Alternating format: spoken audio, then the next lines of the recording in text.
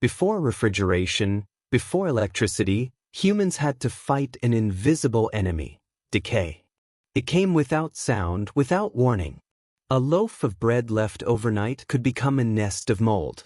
A piece of game meat, if not hung up, would be overrun by maggots. Rot was not a scourge, it was a lurking specter, and to survive, our ancestors had to devise ways to slow it down. They had no antibiotics, no refrigeration. They had no plastic containers, no zip-top bags, no desiccant packs. But they had something else: time, experience, and instinct. That instinct came not from books, but from fire, from the earth, from years of hunger and cold. They learned to read the color of salt, to smell food, to use wind, coal, ash, and even smoke to trick decomposition. Storing food is not just about survival, it is about preserving the harvest. When the harvest is over, they don't just harvest the rice and gather firewood. They also harvest life for the months ahead. Each grain is dried, each piece of fish is salted, each bunch of vegetables is dried in the sun and pressed into stone jars, as if they are packaging the sunshine to carry into winter. Storing food is about preserving memories. It is about preserving the taste of July until January. The ancients did not keep diaries. They left behind recipes, jars, stone cellars, logs of dried sausages. They did not record what they experienced, they preserved it in food. And we, the descendants, every time we open the jar of pickles, take a bite of salted fish, we are listening to a story whispered from hundreds of years ago.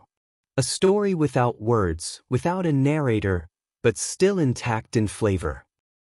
If I had to pick the simplest weapon against decay, it would be salt.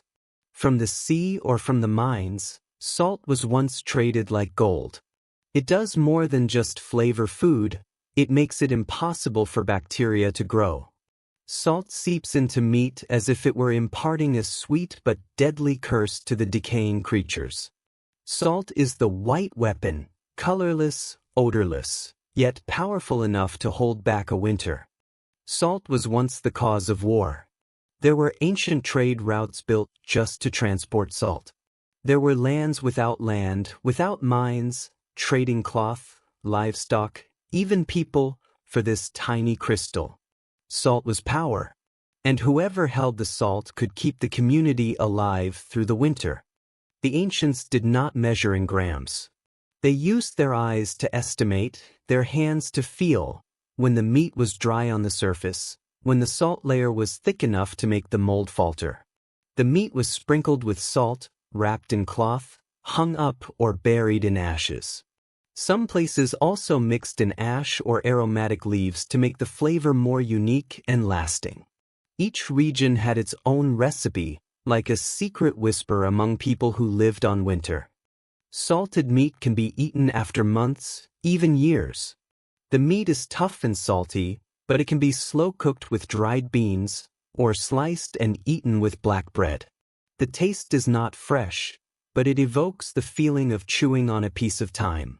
A fragment of memory, where people with nothing but fire, ashes, and salt tried to cling to life in the quietest way. If salt is the white weapon against decay, then smoke is the invisible armor that helps meat and fish survive the cold winter.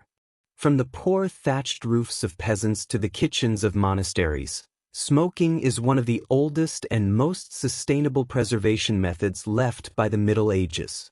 In an era without dehumidifiers or air conditioning, people found in fire not only warmth, but also survival. Smoking is an art. If the fire is too strong, the food will burn. If it is too weak, bacteria will win. Oak, fruit wood, maple wood are used, each type creates its own flavor.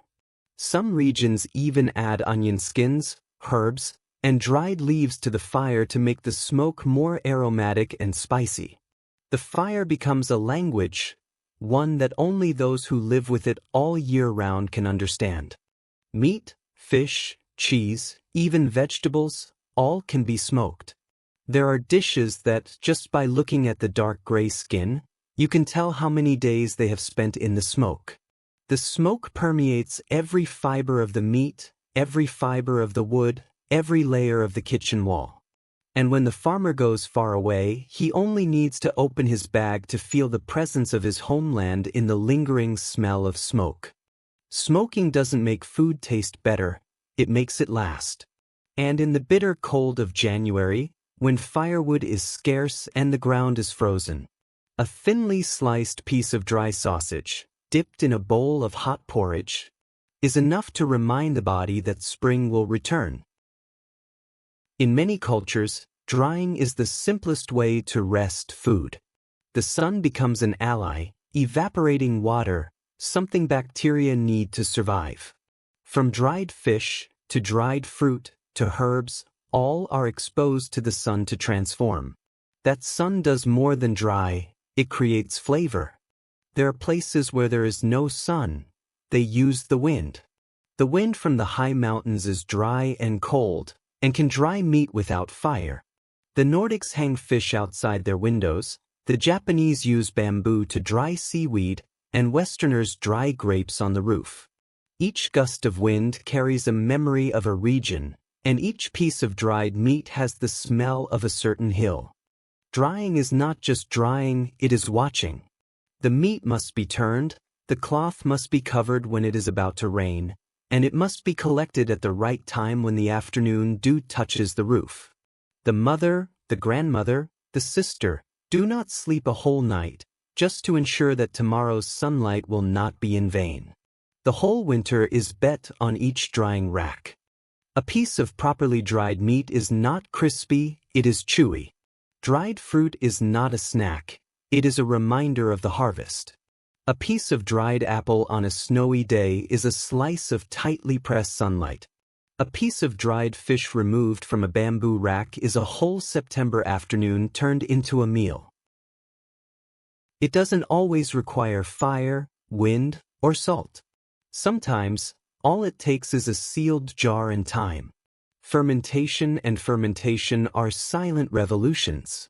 Cabbage turns into pickles. Milk turns into cheese. Grape wine turns into vinegar. Rice water turns into wine. It all begins with decomposition, but it is driven by faith. Fermentation has no form. People know it only by smell, by feel, by the small bubbling sounds that whisper. The ancients did not know what microorganisms were, but they knew when a jar of pickles was good. They tasted by memory and measured by intuition. There were no clocks, no recipes, just time and patience. Each house has its own smell of pickles, its own fermented wine. Some places use guava leaves, some use bamboo leaves, some add garlic, galangal, and tangerine peel. Every time you open a jar, it is a gamble. Will it be just the right sourness? Did you oversalt it? Did someone accidentally spill water? Pickles, fish sauce, wine, vinegar, they are not just food, but the smell of people who once lived together. In a bowl of pickles there is the rainy season. In a cup of rice wine there is the sound of pounding rice, the laughter of the night, and the way of life that has been sleeping since last year. Fermentation is how people learn that not everything that changes is bad. There are things that change to live longer. And sourness, spiciness, and pungency are the flavors of acceptance. Not everywhere is sunny. There are regions that are cold all year round, or places where there are no conditions for drying, or salting. People dig deep underground, and there, they find time standing still. Rock cellars, underground caves, or just a cool corner in the house, become a shelter for food from decay. Where the light does not reach, their life can be preserved. Not everywhere is sunny. There are regions that are cold all year round, or places where there are no conditions for drying, or salting. People dig deep underground, and there, they find time standing still. Rock cellars, underground caves, or just a cool corner in the house, become a shelter for food from decay. Where the light does not reach, their life can be preserved. Many people think cold is death, but for food, cold is just sleep. A potato buried in straw, a piece of meat buried in snow, a jar of milk placed in a cool corner. All are waiting for the right time to wake up. Cold is a way to preserve without touching. It is a silent embrace. The cellar is not just a storage place, it is part of the house. The ancients went there not to cook, but to remember. Remember the day they made a batch of pickles. Remember where they stored good wine. Remember the cakes they made for Tet. Each cellar is a library without words, only scent and taste. Ashes, the last remnants of a meal, may seem useless, but they were once a treasure in the medieval kitchen. Clean, cool, odorless ash can be used to bury eggs, cover cheese, or dry meat. Ash keeps the moist air from touching the food. It is a rough, silent blanket. Eggs buried in ash can be kept for months. They are not cooked, nor marinated. They are simply hidden, as if to ward off time. When needed, people just brush off the gray dust and cook. The yolk remains intact, golden as the summer afternoon. Ashes are the memory of the fire. It is no longer hot, but it still carries warmth. The ancients sprinkled ash on dried meat to prevent moisture, used ash mixed with water to wash hands, bathe, even to purify. Ashes are the end of one process, but also the place where another begins. No ash, no fire. No fire. The stove is out, the person has left, the house is cold. So every morning, people sweep the ash away, rekindle the remaining embers, and from there, a new day begins. Like preserving food, ash does not preserve food, but preserves life. Fat was a luxury, but when it was available, the medievals never wasted it. After slaughtering, they would melt the fat, pour it into jars and let it cool. The fat would solidify into a white layer, which could be used for months, for seasons. It encased, insulated, and kept the food from being attacked by air. Fat was a gentle, but effective protection. People cooked the meat, let it cool, then pour the melted fat on top. When the fat solidifies, it forms a natural seal. Under that layer of fat, the meat is still tender, still fragrant, still surviving the cold days. Just use a knife to gently scrape a corner, take out small spoonfuls, and you can light up a whole warm meal. Not just animal fats. In the olive regions, people press for oil. Oil preserves vegetables, preserves cheese, preserves rosemary. Oil is clear as moonlight, and when poured into a jar, it is as if pouring time into it. A piece of garlic soaked in oil is a whole summer sleeping in a drop of gold. Some families pass down jars of oil as part of their dowries. Not because they are precious, but because they contain flavors, memories, and seasons gone by. Oil doesn't just preserve food, it preserves a way of life. It preserves the way people love each other over meals. Honey doesn't spoil. A jar of Egyptian honey 3,000 years old is still edible. Medieval people didn't know chemistry, but they did know anything covered in honey won't spoil. Fruit was dipped in honey, meat was poured with honey, honey was mixed with dried nuts, and then sealed in jars. Honey was both a coating, a preservative, and a kind of magic. Honey is as bright as the sun. When poured into a jar, it is like packaged sunshine. A clove of garlic in honey is not just for eating, it is to ward off illness, to ward off cold, and to recall the smell of harvest. Honey seeps into every crevice of food and immortalizes it in the sweetest way. Without bees, there would be no honey. Every monastery has its flower garden, every farm has its beehive. The ancients kept bees not just for honey, but to learn patience, discipline, and the rhythm of nature. A bee dies to keep the honey, just as the keeper of the kitchen lives to keep the sweetness for the whole village. In those days, no one ate honey because they craved sweetness. They used it to survive the cold, to cure diseases, to preserve food, to perform rituals. Honey was rare, but used carefully, drop by drop, as if pouring memories into time. People did not eat honey as a dessert, but as a promise. When there was no refrigerator, no ice, no smoke, the ancients relied on plants. Mint leaves to repel insects. Rosemary leaves to rub on meat. Sage leaves to stuff into chickens. Each leaf was a remedy, both a cure and a preservative. They were the breath of the forest, brought home, dried, and stored in sealed jars. Today, people use spices to make food taste better. In the past, people used spices to prevent meat from spoiling. Pepper to dry, cloves to disinfect, turmeric to disinfect. A bag of spices can cure diseases, save meals, protect the whole family. Fragrance is not just for charm, it is for survival. Every house has a small garden, not to look at, but to pick. Pick Vietnamese coriander when the weather is hot, pick basil when the child is coughing, pick lemongrass when the meat is about to spoil. Each row of plants is a line of culinary history that does not need to be written. Herbs are a pen that does not need ink, just the smell.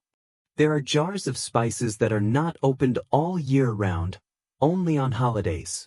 Star anise, cinnamon, ginger, the smells of winter, of weddings, of harvest feasts. Every time the jar is opened, it is like opening a memory. There are smells that are not to be tasted, but to be remembered. On the medieval table, nothing was superfluous. A piece of dried fish, an onion, a slice of salted barley bread, it could be a whole dinner. But behind that dish was a lot of effort to preserve, maintain, and share. A piece of dried meat was a whole hunting season. A slice of dried apple was a whole picking season. A jar of pickles was a whole rainy season. The ancients did not just eat to live, they ate to remember. Remembering the winter that had passed, remembering mother lighting the fire, father hunting the deer, sister drying meat on the bamboo trellis. Each meal was a ritual of reliving memories. A way to connect lost seasons with the seasons to come. Keeping food is keeping life, but also keeping each other. Someone dries meat not only because they are afraid of hunger, but because they want their loved ones to still have something to eat when the wind blows. A jar of pickles, a jar of fat, a jar of honey, are hugs wrapped in time. On the dining table, one does not see the drying oven, the ice cellar, the salt shaker, or the herbs. But they are all present. An ancient meal is the result of dozens of ways to fight against decay, putrefaction, and dissolution. They could not stop time, but they learned to delay it. And every meal is a victory.